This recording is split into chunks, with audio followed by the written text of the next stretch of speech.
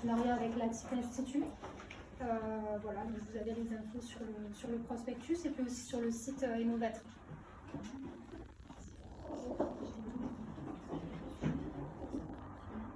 Alors, merci d'être venus. Très contente que vous soyez aussi nombreux parce que le sujet des dépendances, c'est pas forcément le sujet qu'on a le plus envie d'aborder. Clairement, voilà, on n'est pas super. Ça nous travaille, ça nous tracasse en général, surtout quand on a une personnalité hypersensible, on y reviendra. C'est quelque chose qu'on côtoie quand même d'une façon ou d'une autre. Mais voilà, c'est pas le sujet le plus fun à attaquer. Donc c'est cool que vous soyez là. Peut-être pour commencer, je vais me présenter un petit peu pour que vous puissiez comprendre quel est mon parcours, alors rapide, hein, mais pour que vous compreniez surtout ma démarche de ce soir, pourquoi j'ai choisi ce thème-là pour cette conférence. Donc en fait, moi je suis Charlène Bertolini déjà, donc je suis psychologue de formation de base. Donc voilà, c'est une formation à laquelle j'ai enrichi par différentes techniques pour avoir un petit peu mon mix, ma façon de faire mes thérapies à moi qui me correspondait. Actuellement, je travaille en libéral et beaucoup autour de l'hypersensibilité. Donc l'hypersensibilité au sens large, puisque en fait, on connaît bien, je ne sais pas après quelle notion vous avez là-dessus et on en reparlera tout à l'heure, mais on connaît bien l'hypersensibilité sous tout ce qui est trouble de l'autisme, Asperger, haut potentiel, zèbre, trouble de l'attention avec hyperactivité, 10, voilà, en général c'est ce qu'on met là-dessous. Pour moi c'est un petit peu plus large que ça, sauf que je pense qu'il y a toute une catégorie en fait d'hypersensibles qui ne sont pas forcément diagnostiqués, en tout cas qui ne sont pas forcément étiquetés hypersensibles et qui sont plus étiquetés sous des formes de pathologie. Voilà, donc ça regroupe tout ce qui est trouble de personnalité, après ça peut aller dans des diagnostics assez larges de toute façon. Et donc ça m'amène à troisième point du coup de mon expérience, c'est-à-dire qu'avant de faire le libéral et de me consacrer à ça, moi je travaillais en psychiatrie et du coup voilà, c'était l'opportunité pour moi dans ce milieu-là de me rendre compte que il y avait une catégorie de profils en fait assez important, en quantité assez importante en fait de patients qui étaient donc étiquetés par des pathologies. Alors je ne juge pas, hein, mais pour lequel c'était compliqué en fait de sortir déjà de la souffrance pour lesquelles ils étaient étiquetés, parce qu'en fait c'était pas vraiment ça. En gros c'était des patients qui souffrent plus d'un problème d'adaptation à la société. Leur souffrance elle est là en fait, et qui du coup voilà, forcément vont manifester des symptômes de dépression, d'anxiété sociale, de troubles relationnels beaucoup, qui fait qu'ils vont être voilà, amenés sur une certaines étiquettes pathologiques. Et donc moi c'est ça qui m'intéresse beaucoup parce que les effets ils sont quand même assez dommageables pour ces patients-là. Je ne sais pas, peut-être d'entre vous, vous avez vu des diagnostics différents, voire variés. Et puis c'est des choses qui restent, c'est des choses qui marquent et c'est des choses qui peuvent même venir contrer après l'acceptation du fait que non, en fait je vais bien, juste je suis hypersensible. Alors juste je pense à un truc là par rapport à ça, cette idée de pathologie. Globalement, quand on est hypersensible, au potentiel, etc., on se retrouve dans beaucoup de pathologies. Et c'est à peu près normal, en fait, il n'y a pas d'inquiétude à ça, parce que la pathologie, elle est construite sur l'idée de la norme, en fait, de ne pas être dans la norme et de manifester une souffrance qui n'est pas admise, en fait, par la société. Donc clairement, quand on est hypersensible, on n'est pas dans la norme et donc on va manifester tout un tas de symptômes qui ne sont pas en accord avec ce qui est bien, voilà, d'être pour être bien. Donc on va se retrouver dans beaucoup de pathologies et ça c'est tout à fait normal. Okay, c'est des choses qui reviennent très souvent. Je suis fou, voilà, voilà. Ok, donc voilà pour la présentation. Si un petit truc en plus, évidemment, moi je suis hypersensible sur le versant un peu Asperger. Je vous le dis parce que je pense que c'est important que vous puissiez savoir que ce dont je vais vous parler, je le connais d'un point de vue théorique, c'est des choses que j'ai apprises, mais surtout je le vis de l'intérieur depuis ma naissance, comme vous tous, et donc c'est d'un point de vue aussi expérientiel tout ce que je vous dis, c'est-à-dire que c'est des choses que moi-même je vis au quotidien, que j'ai dépassées pour certaines, qui restent actives pour d'autres, hein, parce qu'on ne se change pas non plus complètement, mais voilà. Alors on est parti, oui. Ça bip. Alors c'est normal, ça risque de biper un peu parce qu'il manque quelques personnes et en fait, voilà, quand ça sonne, fait du bruit. Alors bon, donc du coup le thème de ce soir c'est hypersensibilité et dépendance. Honnêtement, je me suis un peu lâchée quand je suis partie là-dessus. C'est très vaste en fait. Je me suis rendu compte quelques jours avant de commencer la conférence que c'était deux thèmes qui étaient en soi déjà très costauds. Donc évidemment, je ne vais pas pouvoir les aborder dans leur globalité. L'intérêt là ce soir, c'est vraiment de vous faire peut-être prendre conscience de certains trucs, d'initier certaines réflexions. Et après, voilà, pour vous, peut-être d'aller sur des ateliers ou des choses un peu plus un peu plus, comment dire, thérapeutiques dans le travail en fait, qui est proposé pour après continuer ce que vous allez peut-être initier ce soir. Du coup, je vais vous faire passer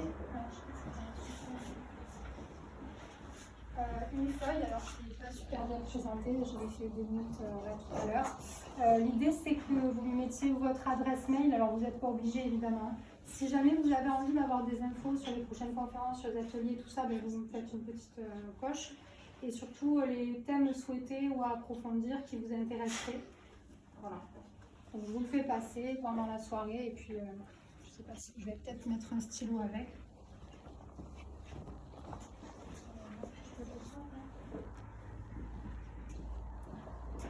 Peut-être pas tout de suite, peut-être dans un petit moment, parce que je me dis peut-être la conférence va réveiller des idées de thèmes.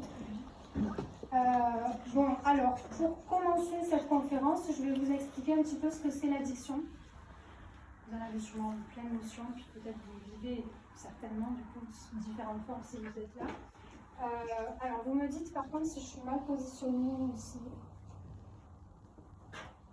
Si vous avez des choses à dire pour que vous soyez vous confortable dans ce que je vais vous présenter, n'hésitez pas. Alors, l'addiction, en fait, c'est un processus. Alors, l'addiction ou la dépendance, c'est des mots qui sont différents. Bon, chacun préfère un peu le sien. Addict, on utilise, à la fois c'est hyper pathologisant et à la fois on utilise genre je suis addict au thé, je suis addict au sport, enfin bon, on est un peu addict à tout. La dépendance, moi j'aime bien parce que c'est vraiment cette idée de dépendre de quelque chose. Voilà, donc après à vous de voir le thème qui vous convient le mieux. Mais ça veut dire un peu la même chose. Donc l'addiction, la dépendance, en fait, c'est un processus qui va être plus ou moins rapide à se mettre en marche en fonction des substances ou du comportement qui va être l'objet de l'addiction. Donc, vous savez, hein, il y a différents objets auxquels on peut être addict. Il y en a même énormément plus que ce dont on a conscience. Il y en a où on va tomber addict direct, des drogues par exemple, le forte, etc. Puis il y en a où ça va se faire plus petit à petit de façon plus vicieuse, plus sournoise. Donc c'est un processus qui est plus ou moins rapide, mais ce qui est important en fait, c'est de voir comment. En fait, alors vous me dites si c'est pas assez gros. Hein. L'addiction, en fait, c'est le fait qu'on va mettre en œuvre un comportement. En fait, on va avoir une situation qui va générer chez nous quelque chose, et on va mettre en œuvre un comportement dans le but de régler cette situation. Donc ce comportement, il va avoir 2 objectifs. Il va avoir l'objectif d'augmenter une sensation de plaisir et de diminuer une sensation de malaise. Donc c'est hyper simple en fait. À la base, la mise en place d'une addiction, c'est hyper fonctionnel. C'est-à-dire que voilà, il y a quelque chose qui génère en moi un truc négatif ou un état qui ne me convient pas, et bien je vais mettre en place un comportement pour me réguler, pour m'équilibrer. Donc au départ, c'est plutôt ça. Ça va me donner des conséquences positives. Ok ? Et c'est pour ça que c'est dangereux et qu'après on peut tomber dans le système addictif. Parce que justement, vu que ça me donne des conséquences positives, et ben mon cerveau il se dit trop cool quoi. Parce que surtout quand on est hypersensible et qu'on trouve des solutions positives, on est quand même super content. Du coup, il va enregistrer. Et du coup, eh ben, au plus je vais répéter en fait le comportement ou la prise de substance, au plus mon cerveau il va ancrer en fait ce conditionnement entre la situation et le comportement. Et ce qui va se passer quand on va arriver à l'addiction, c'est qu'en fait, donc du coup on va poursuivre, donc là à peu près ok jusque là, mais on va arriver à un moment où en fait on va être dans l'incapacité d'arrêter, Alors souvent, comment dire, avec des périodes plus ou moins où on arrive à arrêter, puis on reprend, etc. Et surtout en sachant, en ayant conscience qu'il y a des conséquences négatives. Donc ça veut dire que ce comportement qui au départ était positif pour nous, qui nous faisait du bien, qui nous calmait, etc., ben, au bout d'un moment, on a des conséquences négatives qui se rajoutent, voire même qui deviennent supérieures aux conséquences positives de base, qui en général, on ne les ressent plus en fait au bout d'un moment, mais on ne peut plus arrêter le comportement. Ok ? Donc ça, je vais vous expliquer un petit peu pourquoi il y a ce processus-là qui se met en marche. Alors, il y a un truc qui est important quand même que vous devez ressentir, c'est qu'il y a une grande idée d'ambivalence dans l'addiction. Souvent, on est beaucoup pris entre j'ai besoin, mais je ne peux plus, en fait, je ne supporte plus. On alterne beaucoup entre ces deux aspects-là. Et c'est hyper difficile à vivre au niveau mental, surtout quand on réfléchit beaucoup. Parce qu'on a l'impression d'être tout le temps en train de faire le pour et le contre dans sa tête, d'avoir des moments où là, ça y est, je me sens capable, donc j'arrête, et puis finalement, non, je me sens trop mal, donc je reprends, voire même je reprends encore plus en général, d'une intensité encore plus importante. Ce qu'il faut vous dire, c'est que cette ambivalence, en fait, elle est difficile à vivre, mais elle est positive, parce qu'elle veut dire que le comportement que vous mettez en action, il n'est pas en accord avec vos valeurs profondes. Sinon, clairement, il n'y aurait pas d'ambivalence. Donc ça veut dire que la démarche que vous faites, là par exemple en venant ici, ça montre que vos valeurs profondes, elles sont ailleurs en fait que dans ces comportements réactionnels, voilà, d'addiction que vous mettez en place. Ok ? Alors, bon, un petit truc en passant, sur lequel je ne vais pas m'étaler parce que je pourrais en parler pendant longtemps, je pense. La société dans laquelle on vit, elle est clairement très emprisante, elle est clairement... comment dire ça, elle nous met dans l'addiction, quoi, clairement, toute la société de consommation, toutes les industries, on en reparlera tout à l'heure, mais voilà, soit l'industrie alimentaire, l'industrie pharmaceutique, l'industrie pornographique, toutes les industries en fait dans lesquelles, l'industrie des médias, enfin l'industrie des médias, je ne sais pas si ça se dit comme ça, mais en tout cas le monde des médias, la publicité, tout le système de consommation, est même clairement étudié et proposé avec une démarche de recherche de générer une addiction ou une forme d'emprise. Okay, donc ça, je vous le dis parce que c'est quand même important d'en prendre conscience pour pouvoir s'en détacher un peu, que aussi, c'est pas de notre faute, mais en tout cas, on baigne quand même dans une ambiance où on nous incite à être tellement dedans qu'on ne se rend pas compte, du genre j'ai besoin, si on prend les achats ou la société de consommation, j'ai besoin de ça, j'ai besoin de ça, j'ai besoin de ça, mais non, en fait, on n'a pas besoin, on a besoin de rien, en fait, à la base, vous voyez. Donc ça, c'était une petite parenthèse. Alors, il y a du point de vue bouddhiste, alors moi je fais beaucoup de méditation de pleine conscience, donc qui est laïque, mais qui est quand même tirée des racines de la philosophie bouddhiste et qui est hyper intéressante sur la vision de la souffrance. Les bouddhistes ils disent que l'addiction c'est une maladie de l'esprit, qu'en fait c'est le fait d'être esclave de ses pensées et de ses pulsions. Et c'est carrément ça, en fait. Donc je vais vous expliquer un petit peu ça. Alors certains ont sûrement ces notions-là, mais je vais vous expliquer un petit peu les notions comment ça fonctionne dans le cerveau et pourquoi ça, c'est vraiment comme ça que moi je vois l'addiction. En fait, alors c'est schématique ce que je vais vous dire, c'est pas hyper précis au niveau scientifique, neurologique, mais c'est pour que vous puissiez vous faire une idée. On a plusieurs cerveaux, on va dire ça comme ça, qui ne vont pas faire le même job et qui ne vont pas avoir le même niveau d'évolution au niveau de l'être humain. À la base, on a le cerveau archaïque, le cerveau reptilien, qui est le cerveau qu'on partage avec les animaux, donc qui est vraiment le cerveau de l'instinct de survie. Okay, ce cerveau, en fait, il va nous pousser à agir en situation-réaction. Alors, qu'est-ce qui va se passer de façon basique sur ce truc d'instinct de survie? En gros, je vais avoir une situation qui va activer chez moi mon système d'alarme.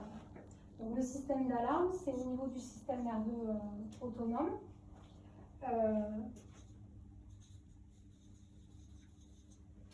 C'est cet instinct en fait qui va me dire oh là là, il se passe quelque chose.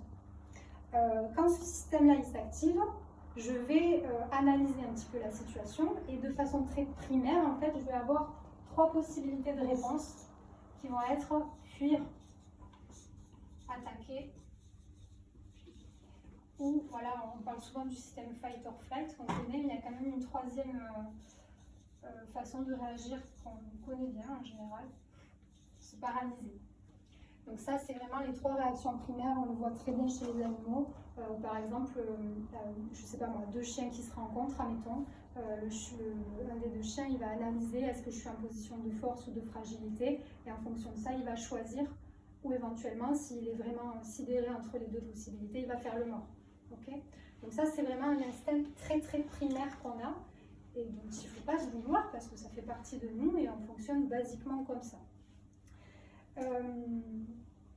Ça, c'est hyper adaptatif, c'est hyper sain, s'il y a du danger réel. Et en fait, nous, notre problème dans les sociétés actuelles, ici en tout cas, voilà, c'est qu'on n'est pas souvent dans vraiment le danger réel. Vous voyez ? C'est-à-dire que voilà, au moment où, je ne sais pas, il y a très très très longtemps, où ce système était fonctionnel, on était voilà, dans, pas le mot qui me vienne, je vais dire la savane, mais vous voyez un peu l'image, et puis il y avait un animal féroce qui arrivait, situation de danger concrète. Donc le système basique, il est hyper intéressant parce que c'est le système le plus rapide en fait qu'on a, c'est-à-dire qu'il va mobiliser dans notre organisme toutes les ressources pour qu'on puisse très très vite en fait mettre en place ces actions-là. Ce que vous n'aimez pas en général, ce qu'on appelle le stress. Le stress à la base c'est hyper simple, c'est juste des manifestations de l'organisme qui se préparent en fait. Okay, nous c'est compliqué parce que le stress il dure. Donc à la base c'est hyper adaptatif quand il y a du danger. Sauf que nous, globalement, à part si on est dans une situation réelle de danger, d'agression, de voilà, quelque chose qui se passe, qui peut arriver bien sûr, hein, mais à part ces situations-là, on n'est pas dans le danger. Alors pourquoi il s'active quand même ce système? Parce qu'en fait, notre fonctionnement il est comme ça, il a besoin de tourner, on va dire. Il a besoin de marcher en continu. Le cerveau, il faut qu'il travaille, il faut qu'il trouve des problèmes, il faut qu'il trouve des solutions, en fait c'est son job. Vu qu'il n'y en a pas, il va aller voir dans les pensées. Et comme les pensées elles marchent bien, il va trouver beaucoup de situations de danger dans les pensées. Okay, donc le système nerveux, il va s'activer d'une façon qui n'est pas adaptée, du coup, puisqu'il va s'activer sur la base d'une pensée. Vous voyez ça?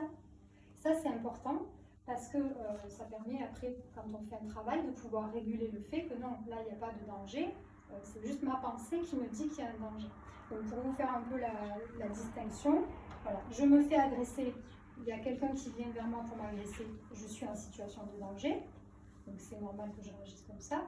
Par contre, si là je me dis, oulala, ce soir quand je vais sortir de la conférence, c'est pas bon, je pense que je vais me faire agresser, je vais dormir là. Là, il n'y a pas de danger.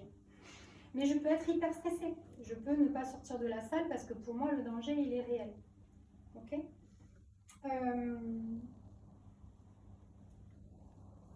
Alors, du coup, je vous dis ça surtout pour vous expliquer que du coup, quand on ne connaît pas bien son fonctionnement, ce qui est souvent le cas quand on est hypersensible, parce qu'on n'a pas trop envie en fait, d'aller voir comment ça se passe à l'intérieur, en général, et bien on croit que nos pensées, ce sont notre réalité. On ne fait pas la différence entre les deux. Donc ça, c'est une notion qui est hyper importante, c'est que les pensées, tout ce que vous vous dites dans votre tête, ce n'est pas la réalité.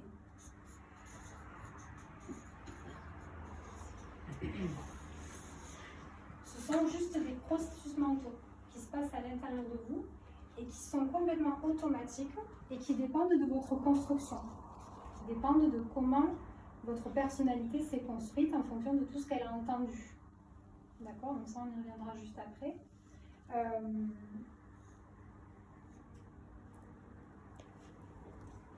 Alors, je voulais dire un autre truc par rapport à ça que j'ai oublié. C'est pas grave. Bon, ça reviendra après. Alors en tout cas, là, ce qui est important pour réguler ce système-là, et là, je reviens un peu sur l'idée d'addiction, c'est-à-dire qu'en gros, quand je vais mettre en place une addiction, souvent, je me sens dans une situation hyper intense émotionnellement, et du coup, je vais mettre en place mon addiction. là, ce qui peut être intéressant, c'est juste de me dire, est-ce que là, je suis en situation de danger? Pour vous donner un exemple concret, là par exemple, moi sur la conférence, ben voilà, je vois le fonctionnement que j'ai, donc j'ai eu un grand moment de solitude et d'angoisse aujourd'hui. L'idée, c'est de dire, bon, ok, mais est-ce que je suis en danger là? Non, a priori, je ne suis pas en danger. Je suis en danger dans ma tête, parce que j'ai un vécu d'hypersensible, d'avoir été, comment dire, d'avoir eu une enfance dans le système scolaire, que vous connaissez tous, avec voilà, le fait de ne pas être adapté, le fait d'être ridicule, le fait d'être dans des situations qui peuvent être traumatiques, parce qu'on est facilement traumatisé de par la sensibilité qu'on a. Donc j'ai un vécu en fait qui me fait croire que là, d'être là debout devant des inconnus, c'est dangereux pour moi. Okay, et ça, c'est cette distance qu'il faut essayer de commencer à faire un petit peu pour se dégager de nos pensées et de nous dire non, en fait, ça c'est ma pensée, mais c'est pas la réalité. Ça va? Donc ça, c'est un petit truc à vous dire de temps en temps, quand vous stressez, est-ce que je suis en danger de survie? Si oui, ok, je peux stresser. Sinon, peut-être je peux me dire, ça va aller. Alors, si on revient sur l'addiction, pourquoi en fait on en arrive à de l'addiction? Parce qu'en fait le cerveau, il fonctionne par apprentissage et par conditionnement. Donc en gros, quand je fais ça là, j'ai une situation, je vais mettre en place une première réaction qui va être par exemple, je sais pas moi, alcool, médicaments, peu importe, c'est un peu tous de toute façon le même fonctionnement, écran, etc. Et bien ça, comme je vous disais tout à l'heure, ça va marcher. Donc mon cerveau il va dire ça c'est cool, ça je le retiens. Et du coup il va le réutiliser. Et en fait ce qui se passe c'est que notre cerveau, nos réseaux neuronaux, en fait au plus on utilise les chemins, ce chemin-là, au plus il va se renforcer et devenir rigide. Ça veut dire qu'au bout d'un moment, on n'a même plus besoin d'y réfléchir, en fait ça se fait complètement tout seul. À la base c'est pareil, c'est adaptatif, c'est dans un but d'avoir une mémoire, de pouvoir nous simplifier les gestes du quotidien, parce que par exemple si on n'avait pas ça, on ne pourrait pas conduire. C'est-à-dire que tous les jours quand on arriverait dans notre voiture, on ne saurait pas comment il faut faire. Donc ce système il est intéressant. Mais par contre il n'est pas intéressant quand il s'agit de mauvaise évaluation des stimulations. Okay, donc ça, vous pouvez vous représenter ça un peu, c'est comme au bout d'un moment, ça devient, moi j'aime bien cette image-là, comme un escalator. C'est-à-dire, hop, je suis à S, ça va direct à R. Okay, comportement d'addiction. Tout seul, tranquille. Si on commence à faire de la thérapie pour pouvoir sortir de l'addiction, etc., souvent, là j'ai pas le temps de le développer, mais on va vous parler de motivation. Alors, la motivation c'est hyper mal connoté, mais comme quoi il faut vraiment y mettre de l'énergie et consacrer du temps au sevrage. C'est vrai, c'est hyper important. Parce qu'en fait, quand on va ne plus mettre en œuvre l'addiction, on va choisir de prendre au niveau cérébral un autre chemin. Par exemple, la relaxation. Okay. Sauf que c'est comme là, ça c'est l'escalator et ça c'est comme une liane en fait. Donc en fait, quand je suis pas bien, j'ai pas trop envie de prendre la liane, j'ai plutôt envie de prendre l'escalator. Donc forcément, si je prends pas le temps en fait de mobiliser mon énergie, de consacrer mon énergie au fait que non, là j'ai décidé que maintenant je prends ça, on va avoir vite tendance à revenir là-dessus. C'est pour ça qu'il y a aussi beaucoup de rechutes ou de reprise du comportement d'addiction, et vous devez le sentir, c'est-à-dire vous y arrivez, et puis au bout d'un moment, voilà, contexte un peu plus difficile, un peu plus fatigué, un peu moins bien dormi, un peu plus de problèmes relationnels, je ne sais pas, et bien on reprend ce chemin-là. Ça c'est important de vous dire qu'il ne faut pas vous culpabiliser, parce que c'est cérébral, et que en fait ce chemin-là il ne s'efface jamais. Du coup le seul truc qu'on peut faire, c'est faire en sorte que celui-là il devienne aussi fort en fait. Donc c'est-à-dire l'utiliser beaucoup. C'est pour ça que tout ce qui est les pratiques de méditation, de relaxation, tout ça, on vous invite en fait à le faire de façon très régulière, comme un entraînement, dans l'idée de vraiment augmenter le chemin en fait dans votre cerveau de je suis sur une situation qui génère une émotion et je vais faire de la méditation par exemple. au bout d'un moment, ça vient vraiment naturellement, parce que clairement, là, il y a des conséquences positives et des conséquences négatives qui sont en général plus importantes. Et là, il n'y a que des conséquences positives. Donc, en général, moi, c'est ce que je vois avec les patients, en tout cas, que je reçois, au bout d'un certain temps de pratique, qui est assez court d'ailleurs, il y a vraiment une facilité à utiliser ce chemin-là, parce que quand même, on n'est pas bête et on se rend bien compte que ce chemin-là, même s'il nous demande un petit peu plus d'effort, il est quand même super positif pour nous. Ça va jusque-là? Ouais, juste une petite question. Oui. C'est ultra intéressant et j'ai appris plein de choses, mais juste un truc. Quand les émotions, dans la situation admettons, la situation va engendrer une émotion forte mais horrible. Oui. Et là, c'est très difficile de se dire, bon, allez, je vais méditer. Oui. On a juste envie des fois de se mettre en colère, ou de péter les plombs, ou de prendre une drogue quelconque, ou appeler son ex, ou je ne sais quoi, faire des choses qu'il faut surtout pas. Clairement. Clairement, parce que en fait, de toute façon, vous savez, en fait, on a ce cerveau archaïque qui est là où il va se passer tout ce que vous décrivez. Et puis après, il y a tout ce qui est le cortex préfrontal, qui est justement les zones qu'on va travailler avec la méditation, la relaxation, qui va être le siège, l'endroit qui va nous dire non, là tu peux faire de la méditation plutôt que d'appeler ton ex, par exemple. Sauf qu'en fait, quand on est à un certain niveau d'intensité, par exemple, on va dire plus de 6 sur 10 pour donner une petite indication, les connexions entre les deux, elles se font plus. Donc on n'a plus accès en fait à ça. Et c'est pour ça que je vous disais que c'est super important d'avoir développé ça pour que ça soit plus facile en fait. Le plus possible. Ouais. Après, il y a tout un tas de stratégies qu'on va travailler, comme aussi, ça dépend des addictions, mais je sais que par exemple pour l'addiction à l'alcool ou aux drogues, on va faire ce qu'on appelle des plans d'urgence, c'est-à-dire que comme on sait que dans ce moment-là, le cerveau n'est pas capable de raisonner, on va écrire en fait à un endroit qui va être tout près, fais ça, comme une espèce d'indication. Ou alors, sans même parler d'addiction comme ça, mais ce qu'on peut faire, c'est par exemple se mettre ses baskets et sa tenue de sport juste là en visuel. Voilà, d'avoir des petites choses qui font que, hop, là ça va me faire penser. Je ne suis pas en état de réfléchir, mais quand même si je vois ça, ça va me faire penser. Alors le coussin de méditation, les écouteurs, qu'il n'y ait pas besoin de trop réfléchir en fait dans ces situations, que tout soit déjà aménagé.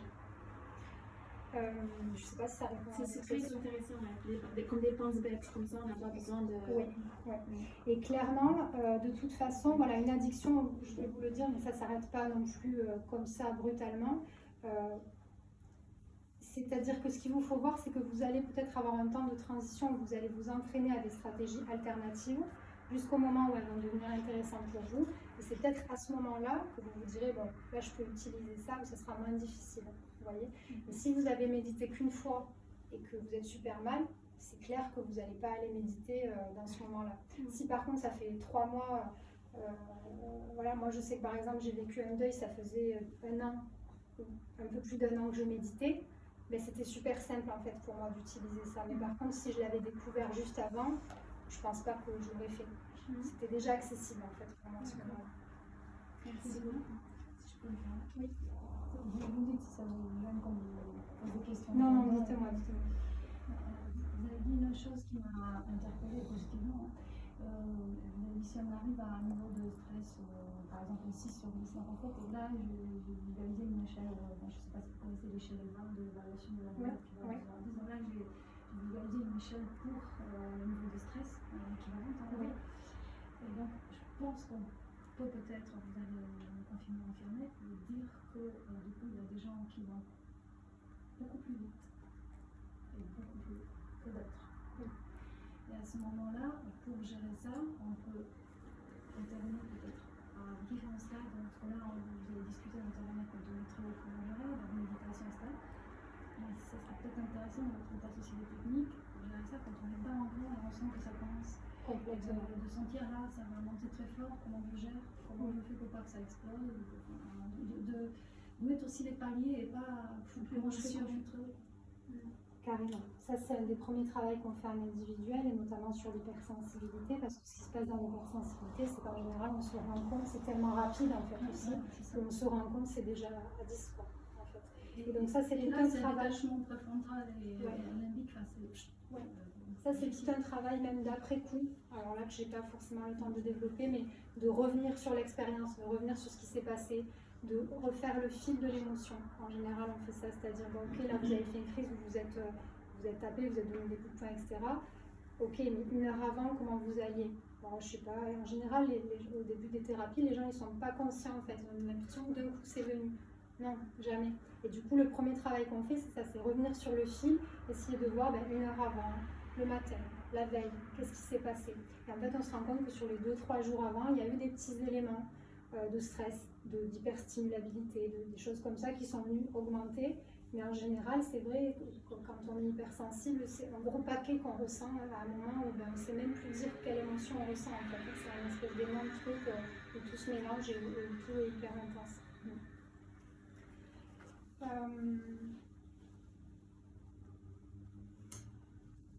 Alors,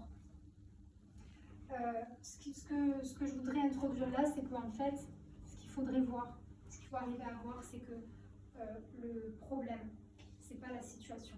Souvent, on a tendance à se dire, bon, mais voilà, qu'est-ce que je peux imaginer? J'ai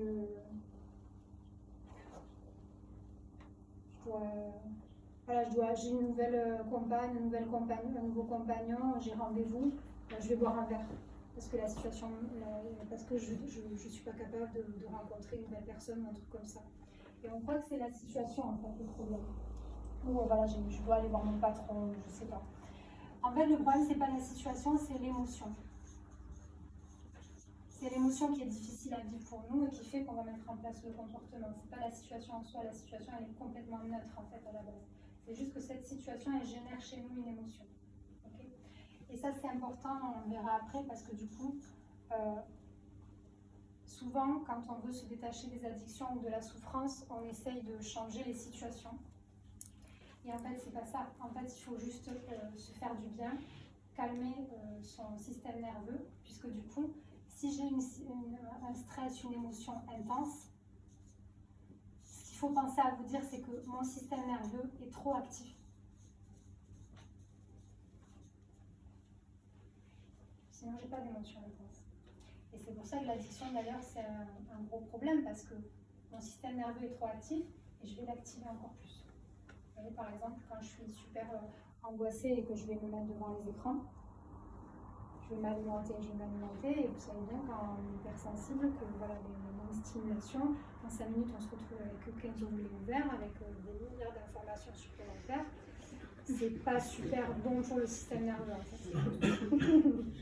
Alors ça, d'ailleurs, c'est un très bon indicateur de savoir si on est au potentiel hypersensible ou pas. En général, quand on a ce fonctionnement-là, on a toujours 20-30 onglets ouverts. Et ce qui se passe, pour moi c'est le cas, on en a tellement marre que de temps en temps, on ferme tout d'un coup. Ouais, mais on peut l'ouvrir et les onglets de tous. Ouais, c'est vrai.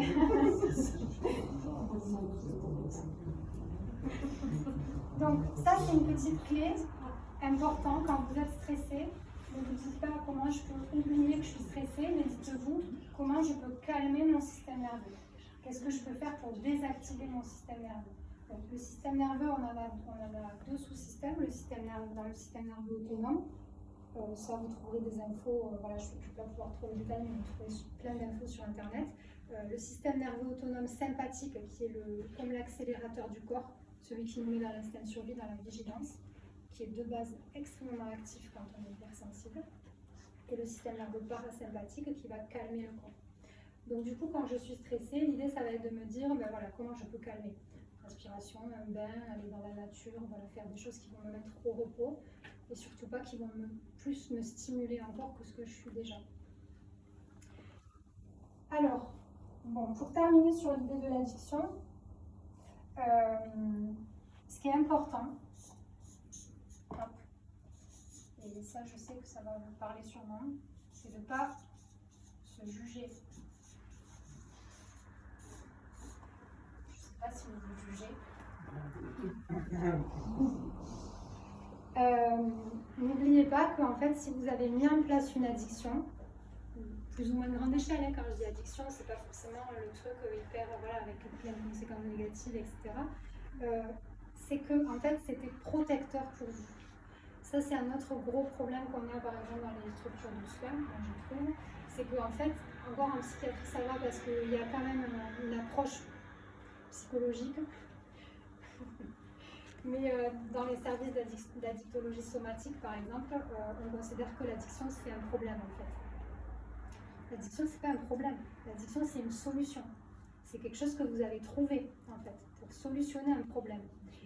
Et ça, c'est hyper embêtant parce que du coup, en gros, si vous allez dans un service basique, on va soigner votre addiction, et puis ciao, c'est bon, vous allez bien, vous avez guéri votre addiction. Ben non, parce qu'en fait, si j'ai mis en place une addiction, c'est pas pour rien. C'est parce qu'à la base, j'avais une souffrance, j'avais un problème. Et du coup, quand on fait des thérapies, c'est vraiment sur ce problème qu'il faut s'attaquer. Et c'est ce qu'on voit souvent, parce qu'en général, quand on arrête l'addiction, forcément, les trucs de base, en fait, ils vont revenir.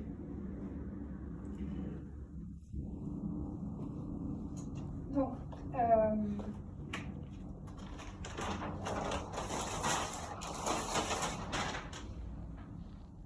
sur cette idée que l'addiction, quand je la mets en place, c'est quelque chose de protecteur dont j'ai pas à me juger, dites-vous qu'en fait, l'addiction, c'est... Enfin, moi j'aime bien cette définition-là, c'est la rencontre entre une personnalité, un moment et une substance ou un comportement.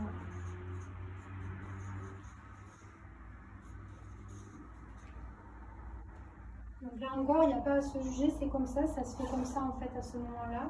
C'est-à-dire que si par exemple je suis une adolescente, je suis super épanouie, voilà, j'ai un environnement de construction qui m'a mis dans une personnalité stable, j'ai une personnalité qui est bien construite. Donc, je suis à un moment de ma vie où c'est plutôt cool, j'ai des amis, tout ça, et que je vais à une soirée où il y a de l'alcool, je vais consommer de l'alcool, ça va être sympa, mais ça s'arrête là. Et je vais pouvoir refaire des soirées, etc., sans forcément tomber dans une addiction, un besoin de l'alcool.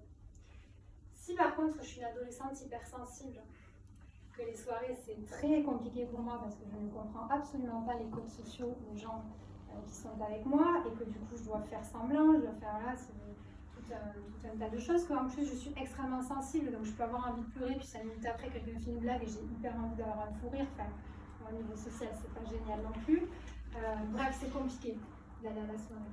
Et puis on me propose de l'alcool. Et puis il y a un truc aussi qui fait que l'alcool ça va être chouette, c'est que j'ai l'impression d'avoir 10 000 projecteurs braqués sur moi, c'est-à-dire je me vois sous absolument tous les angles de la pièce. Donc en termes de spontanéité, c'est un peu galère en fait. Et bien quand je bois de l'alcool, j'ai plus tout ça. Je ne me vois plus, je rigole sur des trucs bêtes, enfin sur des trucs bêtes, c'est pas cool de dire ça, mais vous voyez, sur des trucs qui ne m'auraient pas fait rire en temps normal, etc. Et là je me dis waouh, ça c'est trop cool quoi. Ça c'est vraiment un truc que je vais garder. Je vais garder en tête. Et du coup, moi, c'est pour ça que les personnalités hypersensibles, elles sont plus à risque d'addiction, j'ai beaucoup plus de chances de développer une addiction. En fait, quand on développe une addiction, c'est quand la substance ou le comportement prend une fonction pour nous.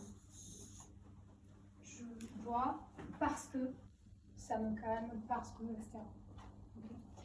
Ça, c'est important si vous voulez commencer une petite réflexion personnelle sur vos addictions, de vous demander c'est quoi la fonction pour moi, pourquoi je fais ça, à quoi ça mène. Et donc du coup, pour revenir sur cette idée de ne pas vous juger, ce qu'il faut vous dire, c'est qu'au moment où vous l'avez mis en place, c'était correct parce que vous avez écouté vos valeurs prioritaires. C'est-à-dire que quand je suis adolescente, dans le contexte que je vous ai décrit, ma santé, je m'en fous en fait. Tout ce que je veux, c'est me faire des amis. Donc à ce moment-là, ma valeur prioritaire, c'est me faire des amis, appartenir à un groupe, appartenir à la norme, être comme tout le monde. C'est hyper important pour moi. Donc du coup, il n'y a rien à juger dans le fait de mettre en place tout ça. Okay. Là où ça va être, par contre, à moduler, c'est quand je vais être dans d'autres contextes, quand je vais grandir, quand je ne vais plus avoir besoin de ce regard de l'autre, et où là, je vais me dire, bon, ben maintenant, est-ce que c'est toujours ma valeur prioritaire ? Par exemple, est-ce que être dans un groupe auquel finalement je ne me sens pas à l'aise, est-ce que c'est prioritaire pour moi dans la vie ? Peut-être c'est plus prioritaire.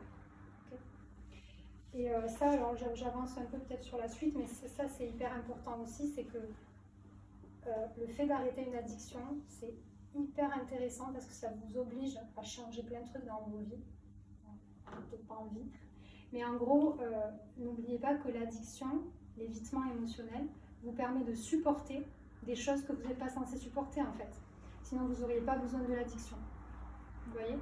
Donc comme je vous disais, si je reprends l'exemple, si même là, moi, à mon âge, voilà, j'ai un groupe d'amis que je suis super mal à l'aise et que je dois boire en fait, à prendre des anxiolytiques, je ne sais pas, avant d'y aller.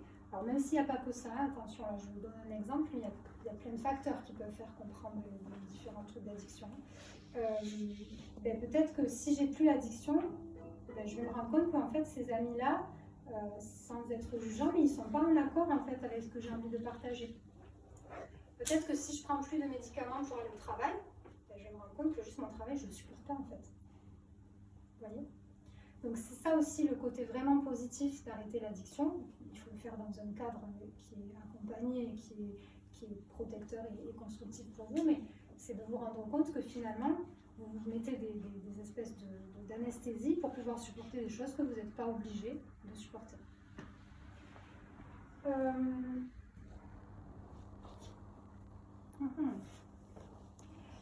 L'heure passe.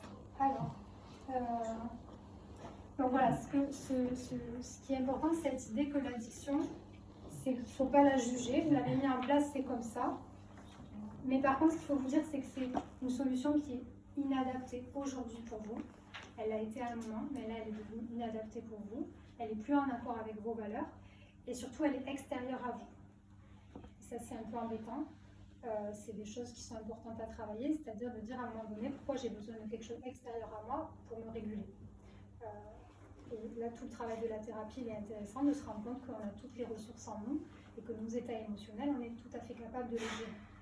Mais ça va passer, ça va passer par l'abstinence de l'addiction pour pouvoir se rendre compte de ça. Parce qu'en fait, ce qui va se passer, c'est que quand je vais avoir une angoisse, une situation qui va m'angoisser, l'émotion va monter, et moi, là, je vais mettre en place mon addiction. Je vais fumer, je vais faire tous ces trucs-là. Et du coup, ça redescend. Donc c'est tranquille, ça marche. Donc mon cerveau, il est content, il ancre le truc. Sauf que, en même temps, mon cerveau, il apprend un truc, c'est « je suis pas capable ». Et ça, c'est hyper important pour comprendre pourquoi ça se perpétue et aussi pour comprendre pourquoi on a une si mauvaise estime de soi. Parce que tant qu'on cherche des solutions à l'extérieur de nous, et ça c'est valable pour tout, on n'est pas capable en fait. Vous voyez?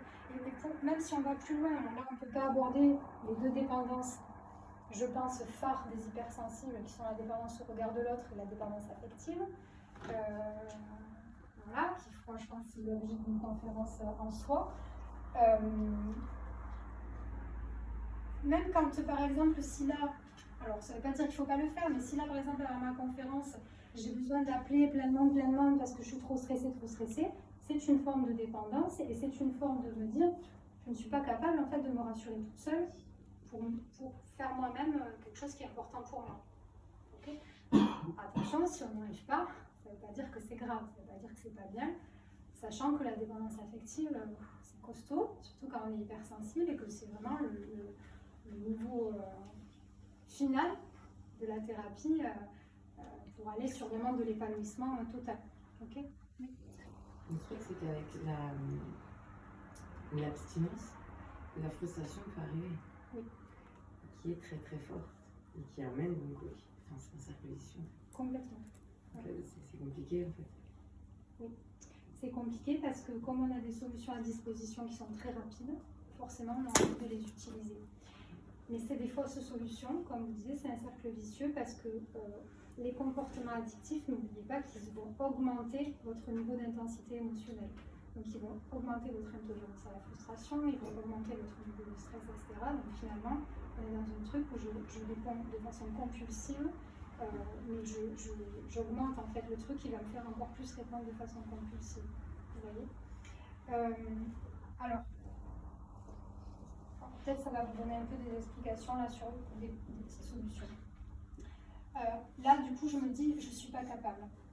Le fait de me dire ça, ça va impliquer que la fois d'après, mon niveau de stress, il va augmenter encore plus. Et à chaque fois, en fait, que je vais avoir la situation, ça va augmenter encore plus. Et ça va me généraliser, parce que ça va se généraliser, parce que comme le problème n'est pas vraiment la situation en soi, par exemple, je sais pas moi, aller à la conférence, voilà, c'est la situation, mais peut-être que du coup, si là j'ai bu avant de venir à la conférence, mais peut-être que demain, quand je vais aller au travail, je vais me dire, bon, finalement, le travail aussi c'est stressant, pourquoi je ne boirais pas un peu? Et puis finalement, tout ce qui va être source d'émotion, je vais petit à petit généraliser en fait le fait de mettre en place une addiction. Donc du coup, ça va être de plus en plus intense. L'idée de l'abstinence et des techniques qu'on travaille justement pour dépasser l'abstinence, c'est que l'angoisse va monter et je ne vais pas réagir du tout. Je ne vais rien faire. Et là, qu'est-ce qui va se passer, à votre avis? Ça va remonter. Forcément. Parce qu'une émotion, c'est un phénomène transitoire. La seule chose qui maintient une émotion, c'est nos pensées. Sinon, une émotion en 4-5 secondes, ça passe en fait. Ça passe très rapidement. S'il y a une vraie maladie associée, genre stress post-traumatique ou truc borderline qui a été vraiment diagnostiqué, en parallèle, c'est un peu plus compliqué dans ce cas-là. Enfin, ça peut finir en crise de panique, en pétage de plomb, en destruction. C'est pas aussi simple, je veux dire. Parce que moi, je suis hypersensible, mais c'est pas que ça. Oui.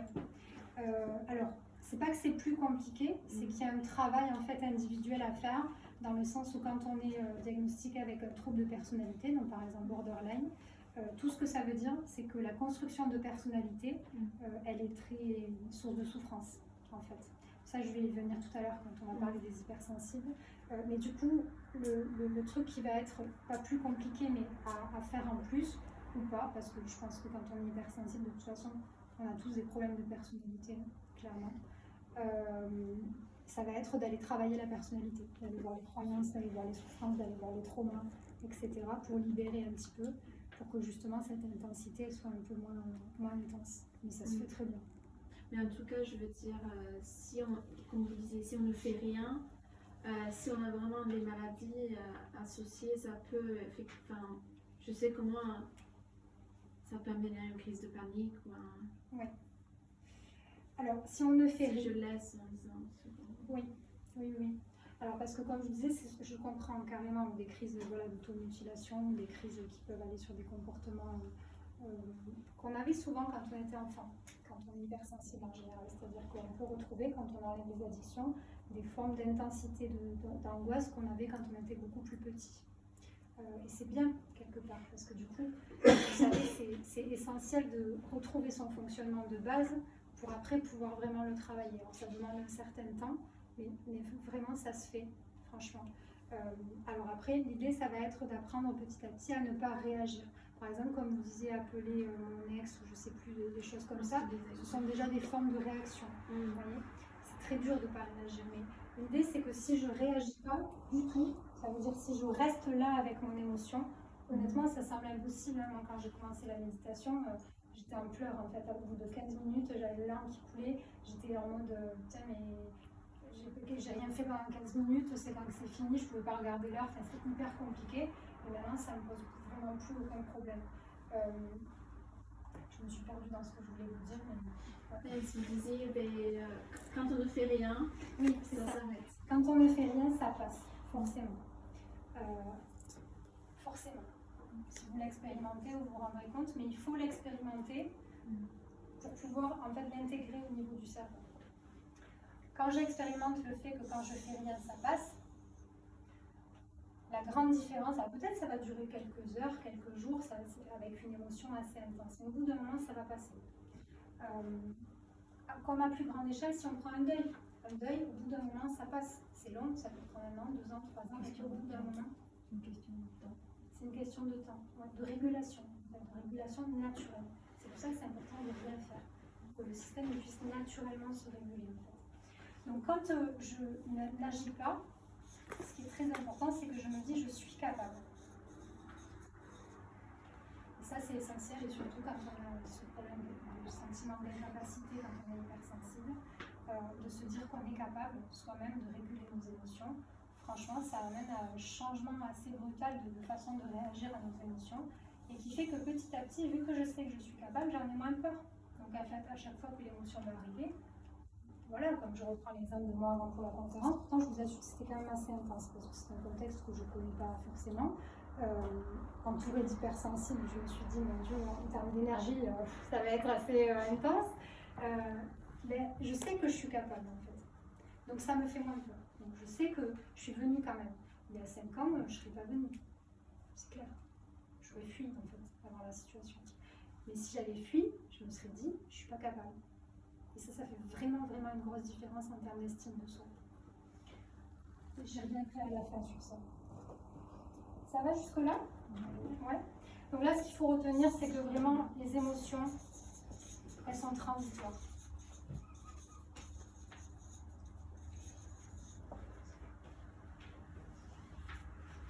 Le fait de mettre en place l'addiction m'amène une fausse croyance. Donc c'est l'addiction qui m'a permis de réguler mon émotion. Pas du tout. C'est l'addiction. Alors évidemment, il y a des impacts physiologiques quand c'est des substances, c'est vrai. Mais globalement, l'addiction, elle vous permet quoi? Elle vous permet de vous dire que ça va passer. C'est tout. Et vous devez le voir d'ailleurs, parce qu'en tant qu'hypersensible, on est très suggestif, on a un pouvoir mental qui est très intense.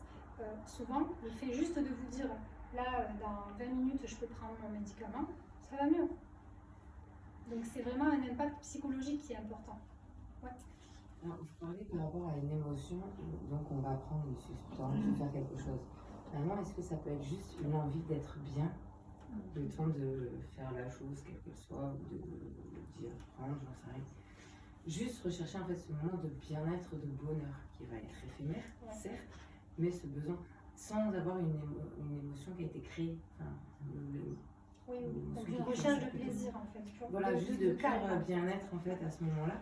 Même si on sait que c'est éphémère, ça va durer quelques minutes, secondes, j'en sais rien. Mais, enfin, ce que je veux dire, c'est que... Et alors, pourquoi vous le recherchez? Justement pour avoir ce moment de bien-être. Parce que vous ne l'avez pas. Oui. Donc, vous voyez, donc, quelque part, il y a quand même un truc qui se passe avant qui fait que vous avez besoin de trouver un moment de bien-être. Vous voyez? Ouais. Dans tous les cas, même si c'est une pure recherche d'un moment de bien-être, comme vous dites, c'est éphémère. Et ça, je vous assure, pour l'expérimenter, la paix intérieure, enfin voilà ce qu'on trouve quand vraiment on n'est plus sous des formes d'addiction et qu'on va chercher à l'intérieur de soi la régulation émotionnelle, c'est pas éphémère en fait, c'est tout le temps. Donc c'est beaucoup plus intéressant que de trouver, parce que c'est toujours pareil, c'est intéressant de trouver, je prends un truc et je me calme et je vais mieux, mais je suis dépendante de ce truc en fait. Et comme quand même une des valeurs vraiment, vraiment principales des hypersensibles, c'est la liberté, ben, le fait d'être dépendant, c'est quand même très très compliqué en général. Ouais. Alors, je vais organiser tout ça.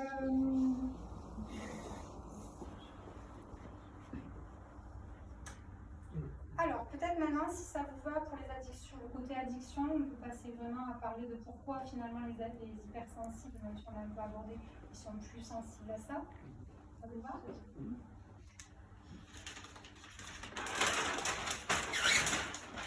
Alors, pourquoi ils sont plus sensibles à ça? Parce qu'ils sont hypersensibles. Tout simplement déjà. Voilà, c'est fini. Alors, clairement, l'hypersensibilité, c'est quoi? Je donne vraiment juste quelques petits trucs comme ça rapides. C'est le fait que je capte absolument tout en fait, dans mon environnement. Ça veut dire que tous mes sens sont en alerte et je capte énormément d'informations.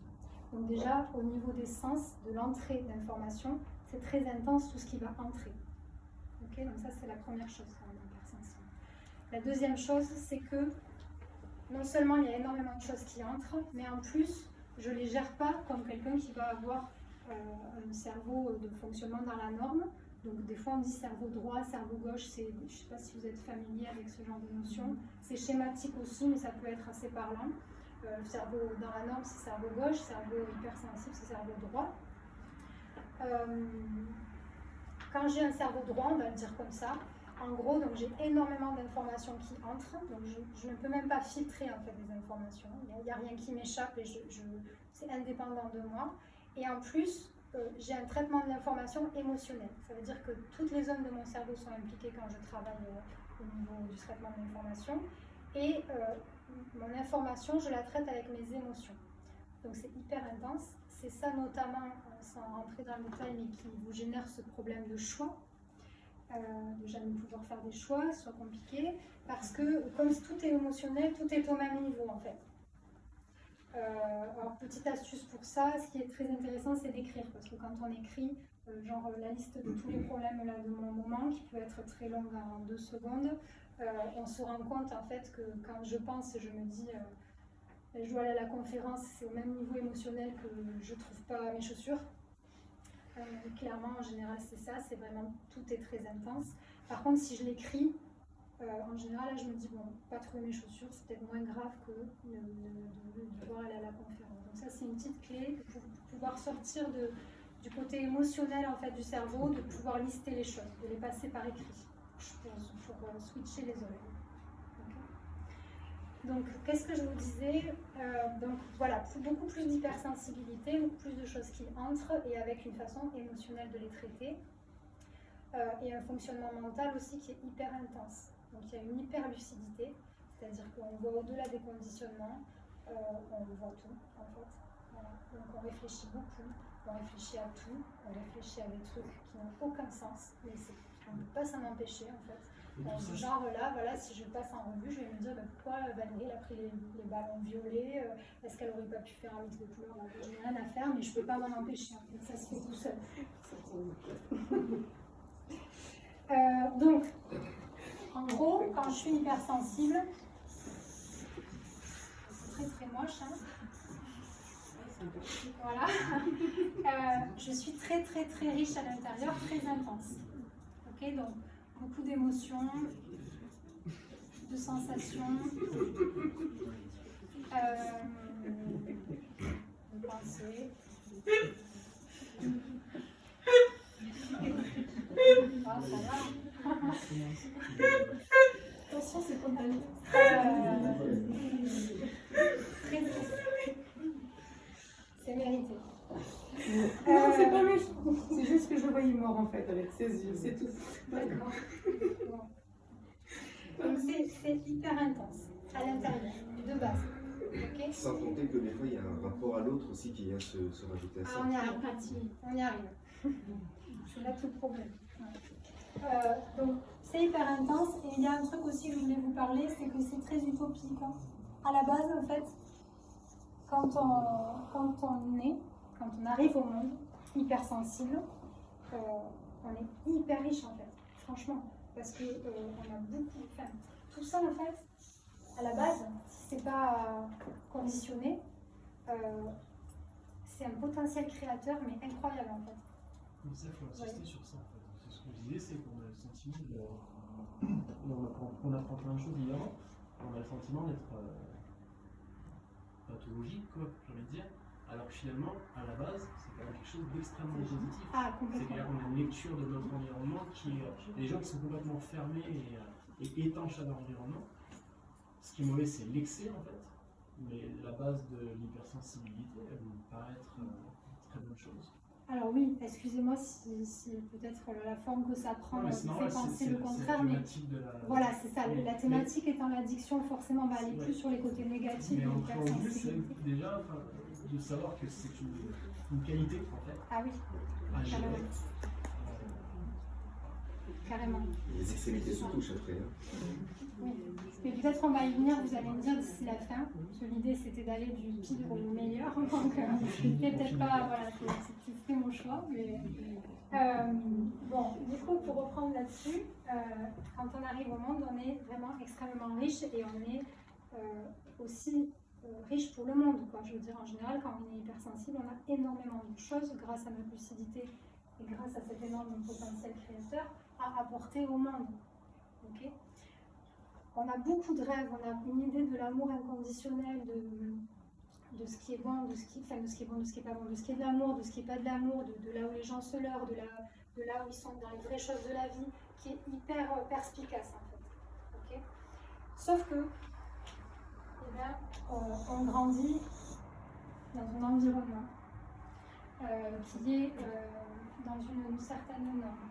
Et nous, voilà, notre environnement fait que la norme, c'est pas nous. Okay.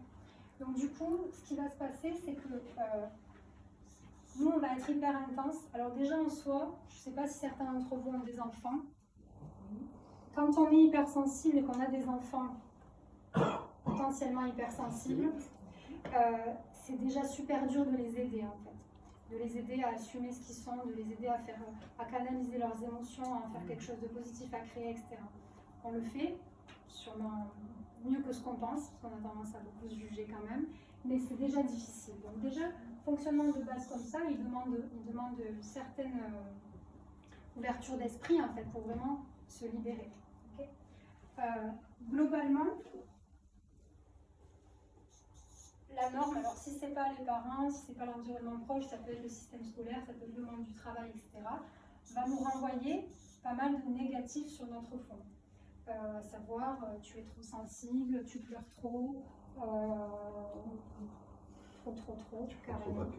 Tu prends trop à cœur, tu dramatises, tu fais du cinéma. Tu prends pas de recul. Tu prends pas de recul, ouais. Ok, mais ça c'est pas grave, voilà. Il y a des choses plus importantes dans la vie. Donc il va y avoir plein de croyances qu'on va entendre en fait sur notre personnalité. Donc ça c'est hyper dur parce que du coup on se dit bon ben ok mais en fait c'est moi le problème en fait. C'est ce que j'ai à l'intérieur, c'est pas bon, c'est pas ça qu'il faut être. Donc je commence à faire grandir en moi l'idée que je ne serais pas censée être comme ça en fait. Parce que forcément on a une volonté d'adaptation qui est hyper intense parce que on sent bien qu'on n'est pas forcément en cohérence avec comme je vous disais, à l'école, avec les façons de faire, les codes sociaux, etc. Mais par contre, on a un tel besoin d'amour que forcément, le besoin d'adaptation, il est hyper important. Et il y a aussi des choses, c'est pour ça que je vous parlais du côté utopie et rêve, qui me semble dommage, parce que ça va toucher vraiment sur la construction de la personnalité. Ça va toucher sur notre élan vital. Donc ça, c'est quand même aussi source de souffrance. C'est-à-dire qu'en général, on va nous dire... qui se passe à la vie. Ouais, ça c'est bien gentil, mais c'est pas un métier. Qu'est-ce qu'on peut entendre reviens sur Terre. T'es trop dans la lune. T'es pas chez les bisounours. T'es pas chez les bisounours. Voilà, ce genre de truc. Ce qui fait que du coup, forcément, ce qui faisait du sens pour nous, en fait, voilà, ça c'est une passion, c'est bien gentil, mais bon, c'est pas comme ça qu'on gagne sa vie. Qui fait que petit à petit, pour nous, en fait, tout ce qui faisait notre moteur, notre élan vital, alors pas pour tous, hein, évidemment, mais pour ceux qui ont une volonté plus forte d'adaptation, ça va un peu perdre de sa valeur. Alors, du coup, c'est là où je vous disais tout à l'heure, hein, quand je vous parlais de la personnalité, par exemple, Borderline, ça c'est notre fond, c'est ce qu'on est à l'intérieur de nous de façon authentique. Et en fait, par-dessus ce fond, va se construire une personnalité. Alors ça, c'est chez tout le monde, hein. C'est normal. Hein. Pour nous, souvent, on va avoir une personnalité avec un énorme masque, en fait, qui va être, comme on est très lucide, on sait très bien, en fait, ce qu'il faut être pour que les gens nous apprécient. On sait très bien s'adapter à ce qui est attendu. Donc, en fait, on va construire une personnalité sur la base de ce qui est attendu. C'est pour ça que souvent, quand vous en arrivez à des moments où vous avez envie de sortir de ça et d'être épanoui, la première truc qui vient, c'est en fait, je suis qui? Je sais pas. Parce que je suis tout ce qu'on a attendu que je sois. Mais c'est pas ça que je suis, au fond de nous. Donc, comme je vous disais, réalité très intense à l'intérieur. Déjà difficile à gérer. Et puis, la norme qui nous dit c'est pas ça qu'il faut être. Donc, ça veut dire qu'en gros, à la base, j'ai des émotions, des sensations, des pensées, beaucoup. Donc déjà en soi c'est difficile, donc ça c'est la base, c'est difficile sans savoir le gérer. Mais en plus, ma volonté d'adaptation va me rajouter du jugement à l'intérieur de moi, du jugement, de la culpabilité, de la honte, etc. En mode, je suis le problème. Je suis pas normale.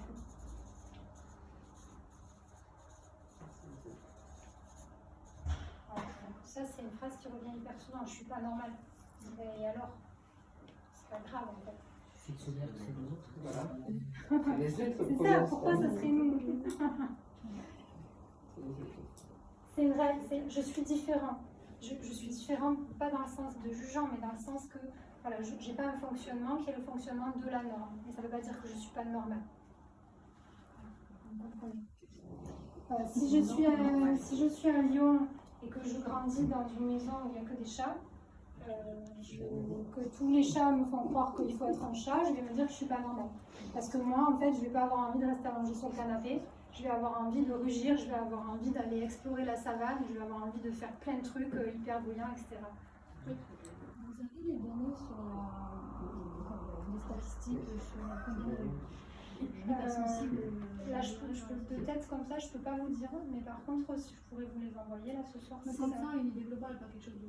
Je sais, enfin, le nombre, pourcentage d'hypersensibles en population générale, c'est vers 20%, d'après l'auteur Hélène Aron. 20%, c'est pas une exception. C'est une Ah non, première, c'est pas une exception. Et puis je pense que aussi c'est compliqué de mettre des statistiques parce que justement dans nos époques à nous, il y avait beaucoup de pathologisation de ça. Maintenant, dans les époques qui arrivent, il y a beaucoup, on dirait qu'on entend des fois, il y a plein de surdoués, il y a plein d'autistes. Différents types d'hypersensibilité aussi, différentes catégories. C'est pas tellement à la marge. Non. J'ai une petite question. Quand on ne se sent pas du tout compris ou accepté, on a juste envie de se cacher. Oui. Et donc on ne peut pas s'épanouir dans ce... On ne peut pas s'épanouir tant qu'on cherche à s'adapter à quelque chose qui ne nous correspond pas. Mais la société n'est pas très hypersensible. Non. C'est vrai. Il faut partir sur Internet. Voilà la Alors, théorie. il faut, je ne sais pas ce qu'il faut, mais en tout cas, il y a des solutions, ça c'est sûr.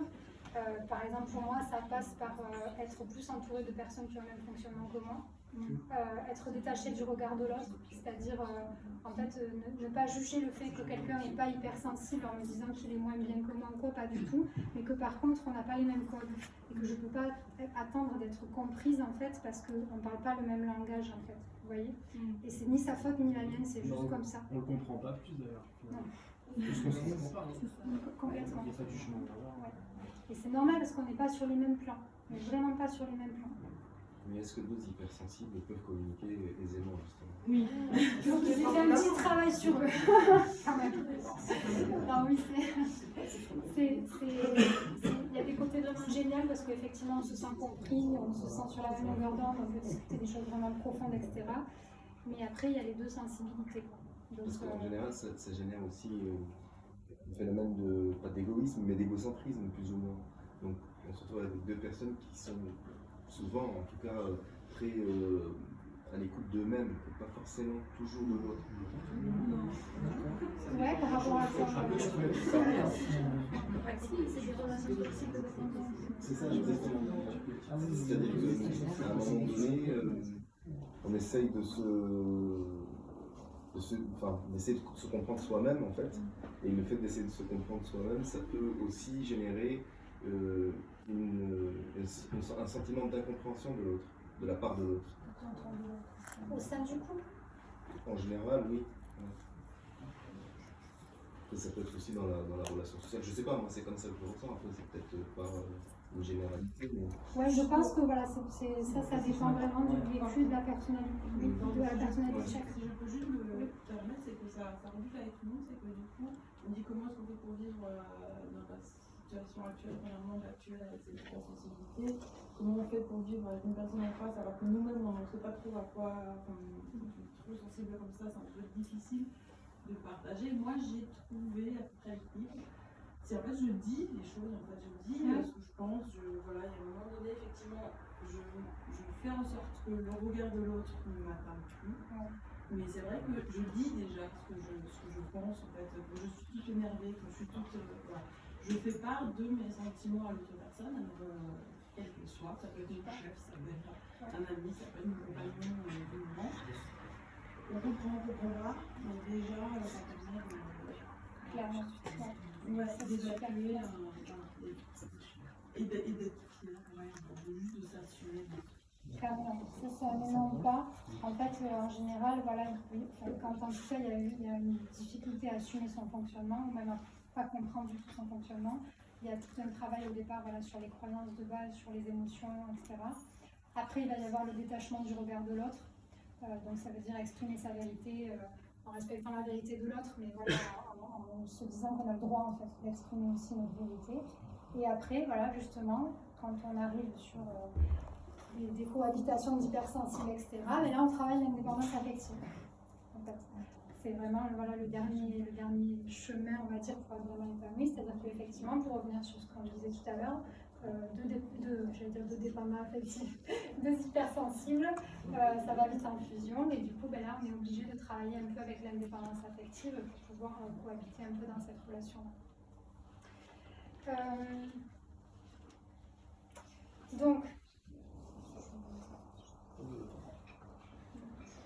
Donc voilà, ce que je vous disais par rapport à ça, c'est qu'en gros, le fait de vouloir m'adapter à la norme, ça va augmenter l'intensité de mon fonctionnement. Donc en fait, j'ai encore plus besoin de le calmer, donc je vais avoir encore plus tendance en fait, à mettre en place des addictions.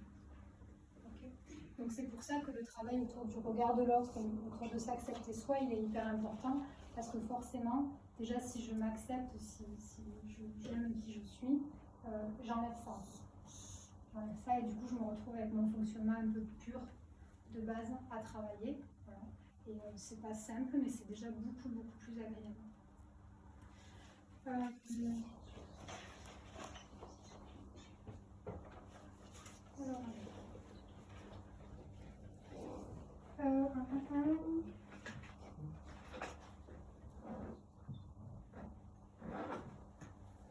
Donc oui, une petite parenthèse aussi par rapport au fait qu'on est plus sensible à l'addiction, c'est que comme on a beaucoup d'informations qui entrent, on est très sensible au niveau sensoriel, notre système nerveux est toujours très actif en fait.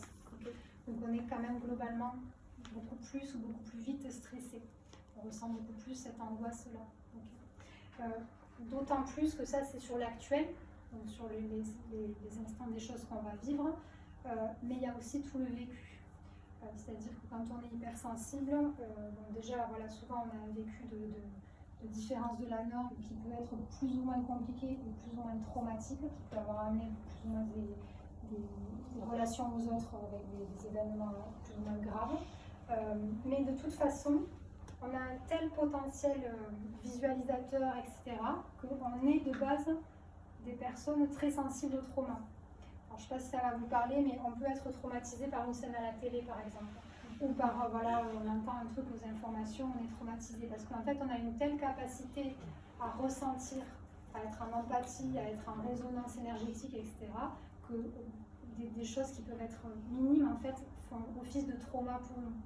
De la même façon qu'on a beaucoup de phobies d'impulsion. Ça, c'est un truc qu'on n'ose pas trop dire en général, mais globalement, je pense que tous les hypersensibles, beaucoup ont des phobies d'impulsion.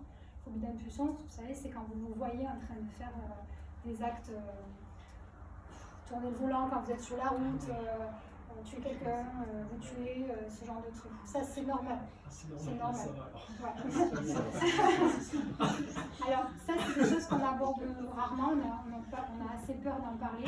Je le fais laisser tomber son enfant, voilà, des choses comme ça. En fait, ça, alors juste pour clôturer la parenthèse, les phobies d'impulsion, c'est juste que vous avez une pensée visuelle. Normalement, vous ne pouvez pas penser sans voir. Ça, c'est pas tout le monde. Hein. Alors, je ne sais pas si vous le savez, mais les gens qui se confient à la norme, ils peuvent penser sans voir. Nous, quand on pense, on voit. En fait, on a vraiment la scène, on est presque dedans. Ce qui fait que quand on a peur, quand on a des phobies, des croyances dysfonctionnelles, etc., on le voit aussi. Et c'est pour ça que ça va donner des phobies d'impulsion. Et d'autant plus qu'on a une très grande conscience de la potentialité de l'être humain. Et que donc on sait, ben oui, très bien, je peux tourner le volant, c'est possible en fait. Et du coup, en même temps que j'ai ce truc qui est juste un raisonnement philosophique, et ben, oui, cette personne, je peux la tuer. Ben oui, je sais que c'est possible, mais sauf qu'en me disant ça, je le vois. Et donc je crois que je suis capable de le faire. Voilà, on rentre dans d'autres terrains, mais quand même qui sont importants parce que ça peut alimenter aussi des besoins d'addiction en se croyant monstre, quoi, dangereux. Ouais. Ça vous parle? Oui, psychopathe. Psychopathe, oui. Et oui, parce qu'en plus, on a des capacités de manipulation qui sont importantes. Donc oui, clairement, on peut se croire... C'est vrai que ce qui est difficile à comprendre pour nous, c'est que les autres personnes ne comprennent pas tout ce qu'on comprend. Donc en fait, là, j'arrive pas à comprendre, il y a des personnes qui ne sont pas du tout capables d'avoir ce truc d'impulsion. Ils ne peuvent pas se dire que l'être humain est tout à fait capable de tourner le volant sur le platane. Alors, c'est-à-dire qu'ils vont peut-être avoir l'idée, mais ils ne vont pas forcément le visualiser. Je suis désolée, mon début, en fait. C'était très, très enrichissant. J'ai été appris, merci beaucoup. Avec plaisir, bonne soirée. Ils vont pas le visualiser, donc ils vont... En fait, ce qui est dur pour nous, c'est que comme on visualise tout, on a beaucoup plus de facilité à fusionner, en fait. C'est pour ça que c'est encore plus... En général, la méditation, c'est une révélation quand on est hypersensible et qu'on commence à rentrer dans ce travail-là, parce que du coup, ça nous donne de la distance, en fait, avec cette machine qui est tellement intense, mais à la fois qui est tellement réelle qu'on se perd dedans. Je sais pas, mais souvent, même ceux qui sont addicts ou pas addicts aux jeux vidéo, on y est, en fait, dans le jeu. Dans les films, on y est dedans, enfin voilà, on est dans les films. On peut s'en servir positivement. Clairement, ouais, tout à fait. Ouais. Pour se sentir bien, d'avoir un film rigolo, peu importe, tout ça. Voilà. Alors ça, c'est hyper important, c'est-à-dire qu'en effet, quand on va vouloir se sentir mieux, on va comprendre qu'on peut orienter notre fonctionnement dans le sens qui nous fait du bien. Donc ça veut dire que choisir les stimulations qu'on laisse entrer à l'intérieur de nous, ça c'est hyper important. Comme vous disiez, choisir les films qu'on regarde, choisir les musiques qu'on écoute, choisir les livres qu'on lit, et se rendre compte qu'en fait on est tellement créatif et intense que effectivement tout ce qui va entrer à l'intérieur de nous va être démultiplié pour qu'on en fasse quelque chose. Forcément, si je regarde des films d'horreur tous les jours, c'est plus mon intériorité, c'est compliqué de ne pas me sentir un psychopathe, quoi. Tout de suite, non, c'est bien les films. Si je regarde des trucs de méditation, tout ça, je me crois le Dalai Lama. Bon, mais c'est quand même quelque chose. Voilà. Alors, il est 9h30, je ne sais pas à quelle heure c'est censé terminer.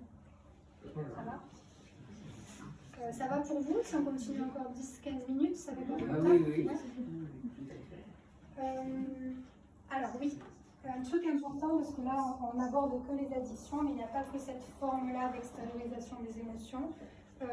En gros, vous avez compris, un hypersensible, plus il veut être adapté, plus il va souffrir, en fait, en gros. Parce que plus il va augmenter l'intensité de ce qui se passe à l'intérieur de lui, et surtout qu'il va l'augmenter d'un point de vue négatif, par des choses négatives. Du coup, il va avoir encore plus besoin de l'éteindre, ce fonctionnement. Et ça, il va y avoir plusieurs façons de l'éteindre. Il va y avoir donc les addictions, qui vont être une façon de masquer, en fait. Il va y avoir les comportements à risque, qui vont être une façon impulsive et voilà, instantanée d'extérioriser en fait, tout ce qui se passe à l'intérieur.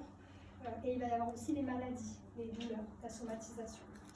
Alors, je fais une petite parenthèse, et ça je pense que j'aimerais beaucoup faire une conférence là-dessus parce que c'est important. Il y a beaucoup de maladies auto-immunes. Je ne sais pas si certains d'entre vous ont des maladies auto-immunes, ont des douleurs, des somatisations.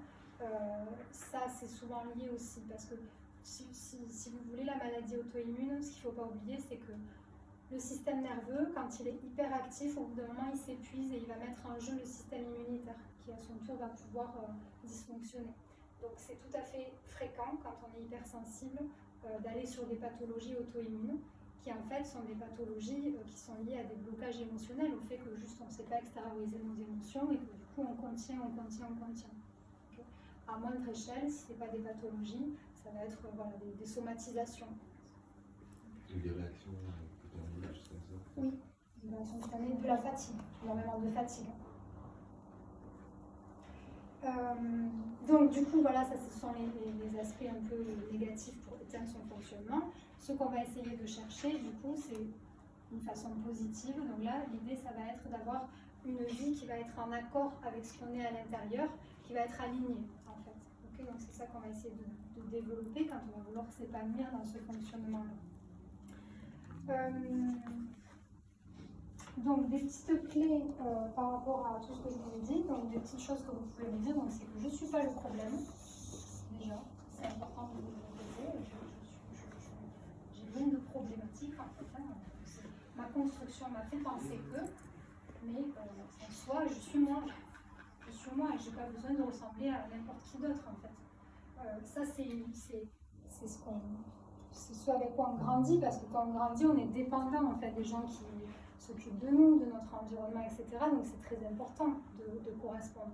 Mais là maintenant, si vous vous prenez là tout de suite, qu'est-ce qui vous oblige à correspondre? Rien du tout. Les systèmes peut-être dans lesquels vous êtes actuellement. Ouais, ouais. Alors justement, l'idée c'est d'aller le travailler pour qu'il n'y en ait plus besoin, en fait. Ça se fait, ça se fait. Au niveau de l'addiction, pour revenir à l'addiction, ce qui va être important, ça va être de différencier le plaisir de ce qui fait du sens pour vous. Vous avez une grande idée de ce qui fait du sens, il va falloir vous en servir, en fait.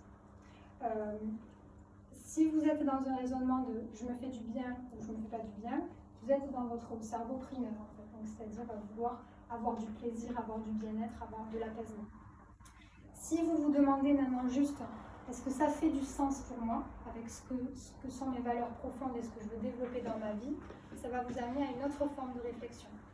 Si je reprends mon exemple là, est-ce que j'ai envie d'aller à la conférence?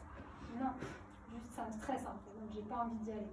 Par contre, pourquoi je choisis d'y aller? Parce que moi je suis en conscience, donc je fais des choix conscients, et que là j'estime que ma valeur profonde qui est de transmettre quelque chose qui me paraît important, elle passe au-dessus en fait de cette idée de stresser pour moi. Vous voyez? Alors, ça me fait penser à quelque chose au niveau de l'estime de soi.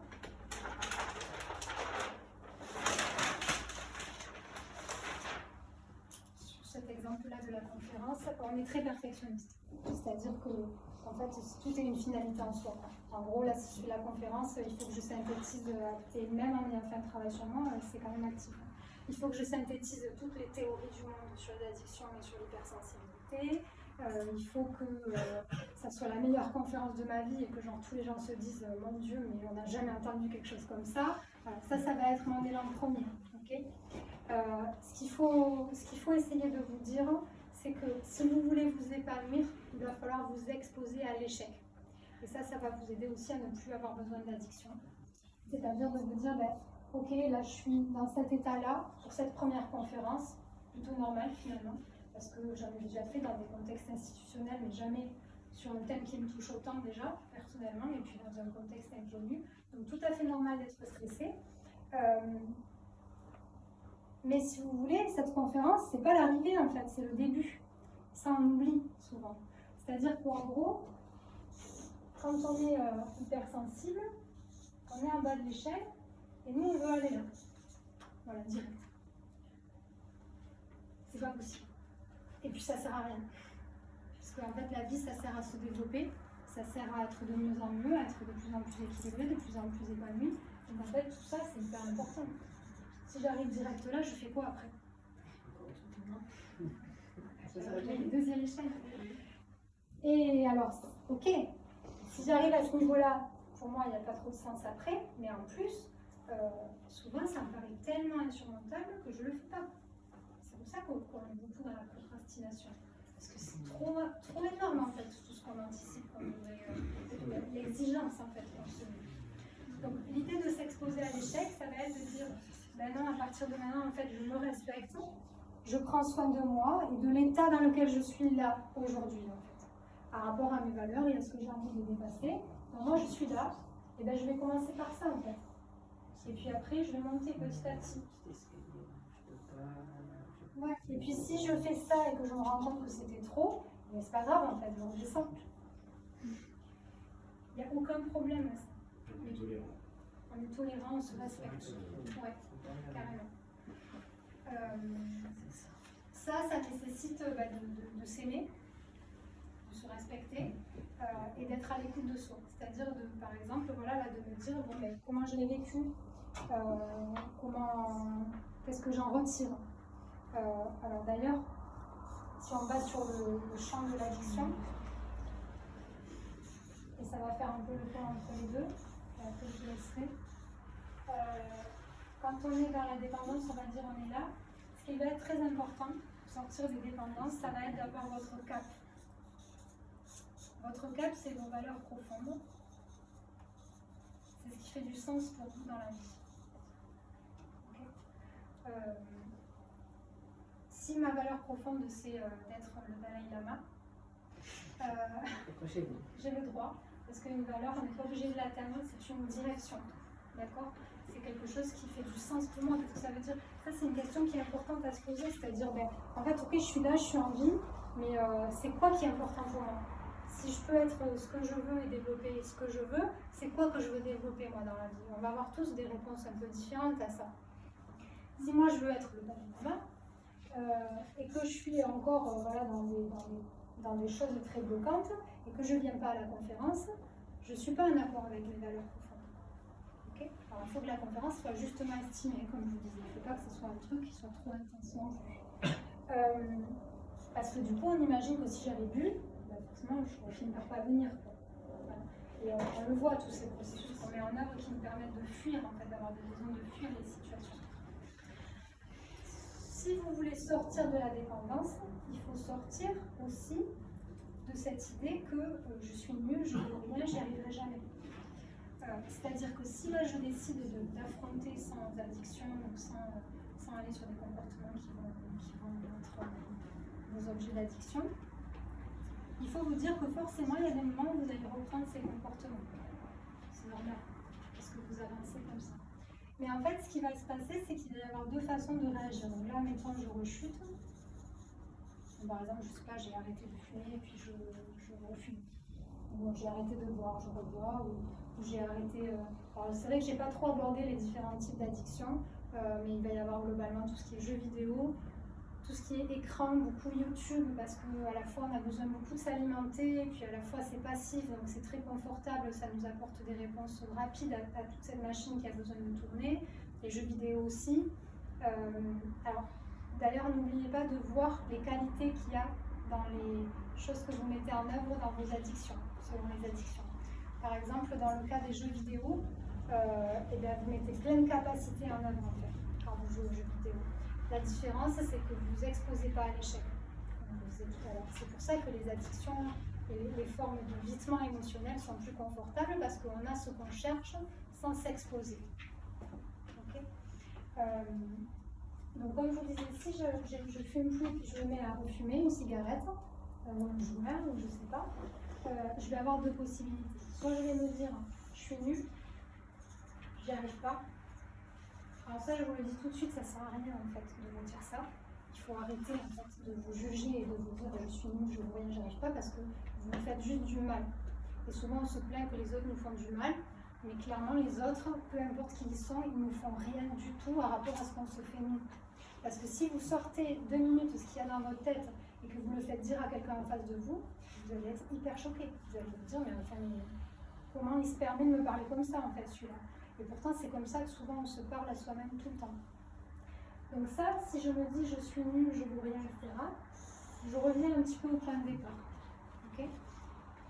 Le pas que je vous propose de faire en fait, qui est valable pour l'addiction, mais qui est valable aussi pour voilà, enclencher un bon sac d'estime de soi, c'est de voir les événements, notamment les rechutes, mais pas que, comme des expériences.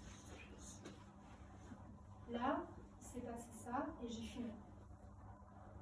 Point. Point, c'est tout en fait, c'est un fait. Mais maintenant j'en fais quoi de ce fait? Peut-être je me dis qu'est-ce qui s'est passé? Pourquoi j'ai eu besoin de fumer à ce moment-là? Et là je commence à me poser des questions sur mon intérieur, pas sur un faux problème. C'est-à-dire qu'est-ce que j'ai ressenti? Qu'est-ce que j'ai pensé? De quoi j'aurais eu besoin? pour pas avoir besoin de fumer.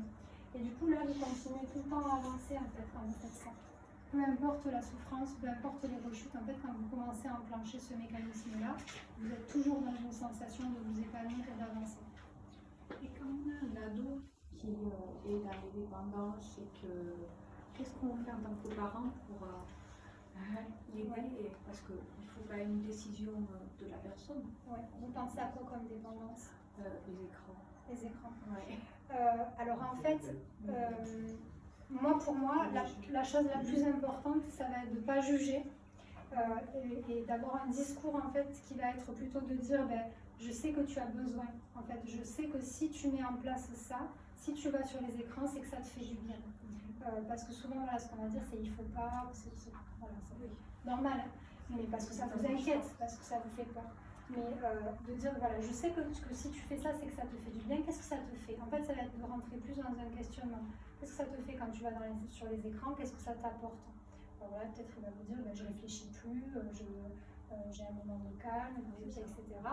Et du coup, petit à petit, alors de l'amenez-vous, voilà, avec un accompagnement sur le niveau de l'intensité de l'addiction, à prendre conscience de, ok, mais est-ce que tu ne peux pas trouver ça dans autre chose que les écrans? Quitte en lui proposant sans qu'il s'en rende compte, par exemple, une fois que vous avez identifié le besoin ou ce qu'il cherche à faire en fait en étant sur les écrans, lui proposer d'autres choses qui vous sembleraient assouvir le même besoin. Vous voyez?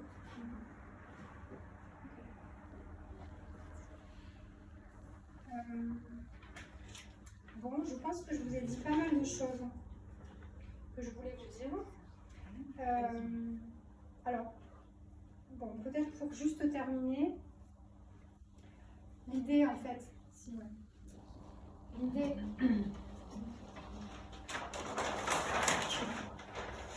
c'est que le travail en fait, ça va être de passer de ça à qu'est-ce qu'il y a là. Parce que là, concrètement, voilà, pour que vous sortiez là de cette conférence en vous disant ok, mais moi je fais quoi avec mon addiction? Ce que vous faites, c'est que vous n'êtes pas obligé d'arrêter tout de suite. Mais par contre, ce qu'il vous faut, c'est développer la conscience. Juste ça. Vous n'êtes pas obligé d'agir pour l'instant. Ça viendra tout seul en fait quand vous en avez le besoin, le déclic. Mais par contre, développer la conscience de qu'est-ce qui se passe entre les deux. Parce que tant que je reste sur stimulation-réponse, je suis dans un mécanisme compulsif, donc je suis dans mon cerveau primaire. Quand je me demande ce qui se passe entre les deux, je suis dans mon cerveau préfrontal, donc je suis dans quelque chose de beaucoup plus maître de moi-même en fait. Okay, et vous allez voir que juste si vous vous dites, qu'est-ce qui se passe à chaque fois que je prends un verre d'alcool, qu'est-ce qui se passe en fait? Pourquoi je prends ce verre d'alcool? Juste vous faites ça et petit à petit vous allez voir que ça va perdre son sens en fait pour vous. Okay, donc ça, c'est la première chose importante, de développer au maximum en fait, le temps de latence qu'il va y avoir. C'est pour ça que je vous disais d'essayer de ne pas agir, d'essayer par la conscience en fait, de développer le maximum le délai entre le moment où vous avez la stimulation source d'émotion et le moment où vous allez y répondre. Okay, et donc l'idée, ça va être de reprendre contact avec soi, de recommencer à se connaître comme on est profondément et de faire plus attention à soi. Comme je vous ai dit au début, quand on est dans des formes d'addiction, en général, c'est parce qu'on croit qu'on est obligé en fait de faire des choses. On n'est obligé de rien du tout. En fait, une vie, c'est ça, je le dis souvent à mes patients, mais une vie, c'est une vie. Que vous soyez millionnaire ou SDF, en fait, vous vivez. Et c'est le seul truc qu'on est censé faire, en fait, c'est vivre. Et si possible, vivre heureux. Mais ce que je veux dire, c'est que vous n'êtes pas obligé d'emprunter une certaine voie, en fait. Tout ce que vous êtes censé faire, c'est avoir une vie qui vous comble, qui vous épanouit. Mais toutes ces idées, voilà, de il faut ça, il faut ça, il faut ça, je ne pense pas que ce soit la solution. Donc, l'idée, ça va être de reprendre conscience avec ce que vous êtes, avec ce qui fait du sens pour vous, avec ce qui vous fait du bien.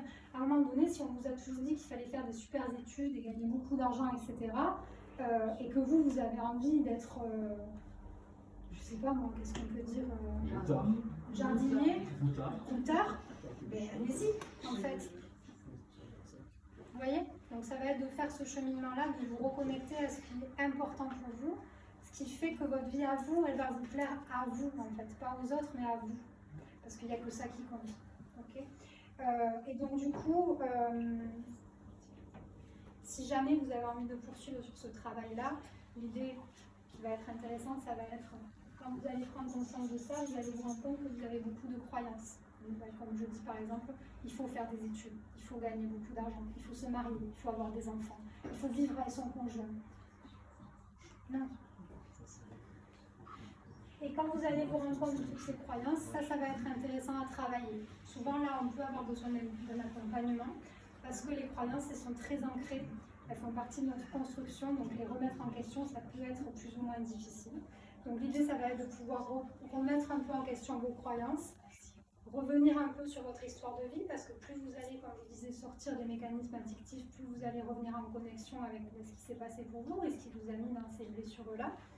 Et puis surtout, il va falloir vous faire du bien. Il va falloir faire du bien à l'intérieur de vous.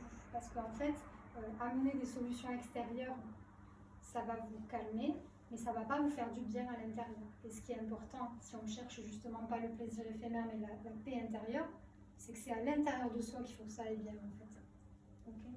Donc du coup, ça va être juste quelques pistes, ça va être faire attention aux stimulations, comme on disait. Toutes les stimulations que vous laissez entrer en vous sont importantes. Elles vont vous alimenter dans un sens ou dans un autre. Donc sélectionnez les stimulations, sélectionnez le niveau de stimulation. Si les magasins, si les supermarchés, c'est pas possible pour moi, mais je ne suis pas obligée d'aller dans un supermarché. Voilà, je sélectionne le moment, par exemple, là, si j'ai une journée qui est stressante, c'est pas aujourd'hui que je vais aller faire mes courses, par exemple. Je peux y aller, mais ça va me mettre dans une situation de stress plus intense. Donc, le truc de stimulation, c'est hyper important. Vous régulez en fonction du niveau de stimulation. Des fois, quand vous êtes super énervé, super mal, juste baisser la lumière, vous isoler dans une pièce, juste ça peut faire du bien. Diminuer l'intensité sonore, juste ça peut faire du bien. La communication, comme vous disiez, ça va être hyper important pour sortir du regard de l'autre. Donc, travailler sur justement comment j'exprime qui je suis. Les relations aussi, forcément, ne pas vous forcer, c'est comme dans tout, le travail, la vie que vous voulez, les relations c'est pareil, c'est qu'on n'est pas censé se forcer en fait, du tout. Alors on croit, mais pas du tout. Donc s'il y a des relations qui vous demandent des efforts, vous pouvez les continuer, mais ça vous demande des efforts. Mais on peut le faire en conscience aussi. Tout à fait. Le faire en conscience, c'est se réserver des zones de refuge. Oui.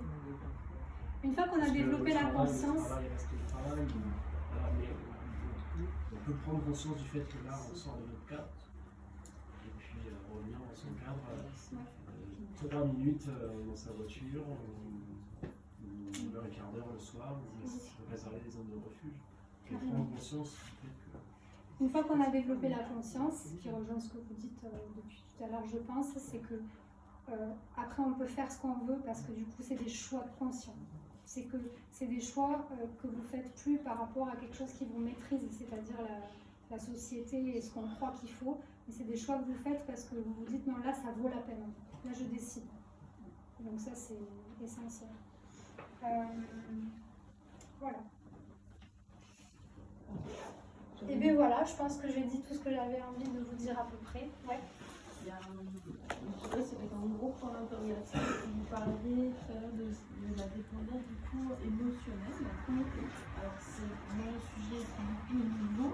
Ça veut dire quoi? Ça veut dire que quand on est hypersensible, on se sent obligé. Moi j'ai accepté totalement ma situation ce que je suis. Je vais dans une situation qui a priori beaucoup plus rentrer dans les valeurs que je ressens. Voilà. Mais je me dis mince, mais alors ça veut dire que j'ai encore un truc à travailler en plus. Non. Mais du coup, je me dis, il y a un truc, je serais dépendante émotionnellement. Non, pas forcément. C'est dépendance affective, pas forcément du tout. L'idée de dépendance affective, je pense qu'on l'a surtout quand on a été très adapté à la norme. Je sais pas, là je vous dis ça comme ça, mais ça va être l'idée de je suis pas capable. Je ne suis pas capable seule. C'est plutôt ça qui va orienter vers j'ai besoin des autres en fait pour être capable. Voilà. Mais après, c'est à des plus ou moins grandes échelles. Alors, vous avez par exemple dans le trouble borderline, justement, la carence d'abandon et du coup la dépendance affective que ça peut créer est hyper intense. Mais après, vous pouvez avoir des dépendances affectives qui vont être juste des besoins de réassurance et qui ne vont pas être du tout gênants dans le quotidien. Ne vous inquiétez pas, c'est bon. On peut avoir aussi, alors du coup avec ce qui vient d'être dit, je viens de comprendre qu'on peut avoir une dépendance affective, c'est-à-dire avoir besoin des autres pour fonctionner, mais ne pas arriver à trouver ça chez les autres, ne pas avoir accès aux autres et du coup se retrouver seul. Dans ce cas-là, il se passe rien. Ouais. Alors, si, on est capable en fait, hein. On est capable seul. On le découvre plus tard. On le découvre quand on y fait face en fait. Alors attention parce que alors là on n'a pas le temps de rentrer dans ce sujet-là parce qu'il est hyper vaste, mais quand je dis sortir de la dépendance affective, ça ne veut pas dire plus avoir besoin des autres. Hein. Ça veut dire juste que je ne suis plus en rapport de besoin avec les autres, mais je suis en rapport de partage. Vous voyez? Ouais. Ça veut dire qu'en gros, c'est comme si, comment je peux vous dire ça? Si vous vous donnez rien, et ça vient avec le respect de soi, avec l'épanouissement, l'amour de soi, c'est-à-dire que si vous vous donnez à vous-même et que vous êtes, que vous vous sentez capable de faire seul, vous allez vous apporter suffisamment, ce qui fait que vous n'aurez plus besoin des autres en fait pour vous apporter de l'amour. Parce que souvent le problème vient là, c'est qu'on a beaucoup besoin d'être compris, on a beaucoup besoin qu'on nous donne de l'amour. Si vous vous donnez de l'amour à vous-même, ne serait-ce qu'en commençant par plus vous juger, vous parlant gentiment, etc., vous en aurez beaucoup moins besoin et du coup vous aurez beaucoup plus plaisir en plus à être en relation avec les autres. Parce que souvent aussi on peut du coup s'isoler beaucoup parce qu'il y a ce déséquilibre en fait de dépendance et de volonté d'indépendance qui peut être compliqué dans les relations aussi. Voilà. C'est exactement ce que je ressens aujourd'hui. Si je dois mettre des mots dessus, Ouais. c'est que ça m'a plu. Ok. Bon, est-ce que vous avez des questions? Est-ce que ça vous va comme ça? Mais je vais passer à préciser une chose que vous avez dit pour être sûr d'avoir compris, parce que ça m'a surpris. Les personnes qui sont plus dans la norme, oui, ont un risque augmenté d'être dépendants. C'est bien ça que vous avez dit? non. Alors, non, parce que ça serait faux de le dire comme ça, mais c'est plus que je pense que plus on veut s'adapter à la norme, plus le besoin d'amour il est important, parce que sinon on ne voudrait pas s'adapter. Comment vous dire? C'est-à-dire que si vous êtes épanoui en vous-même, vous allez avoir beaucoup moins besoin de vous adapter à la norme. Donc j'imagine que quand on a beaucoup besoin de s'adapter à la norme, c'est qu'on a un besoin d'être comblé au niveau affectif qui est plus important. Mais bon, après là, c'est comme ça, c'est un lien que je fais. C'est à peu près ce que je dis, mais on simplifie. Non? Oui, mais dans le sens que c'est pas... Je comprends le sens, oui. C'est pas un risque, enfin, vous voyez, c'est pas si alors, mais c'est plus, je pense que... c'est pas une corrélation directe systématique. Ouais, je pense que si on n'a pas un grand besoin d'amour, on a moins besoin de s'adapter à la norme. Logiquement. Si on a mis dès l'enfance, par exemple, en place des techniques de décodage, Ouais. on moins se suscite. D'accord. Ouais, je crois. Bon. Est-ce que le papier a tourné? Ouais. Bon, ben, je vous souhaite une bonne fin de soirée. Merci à vous.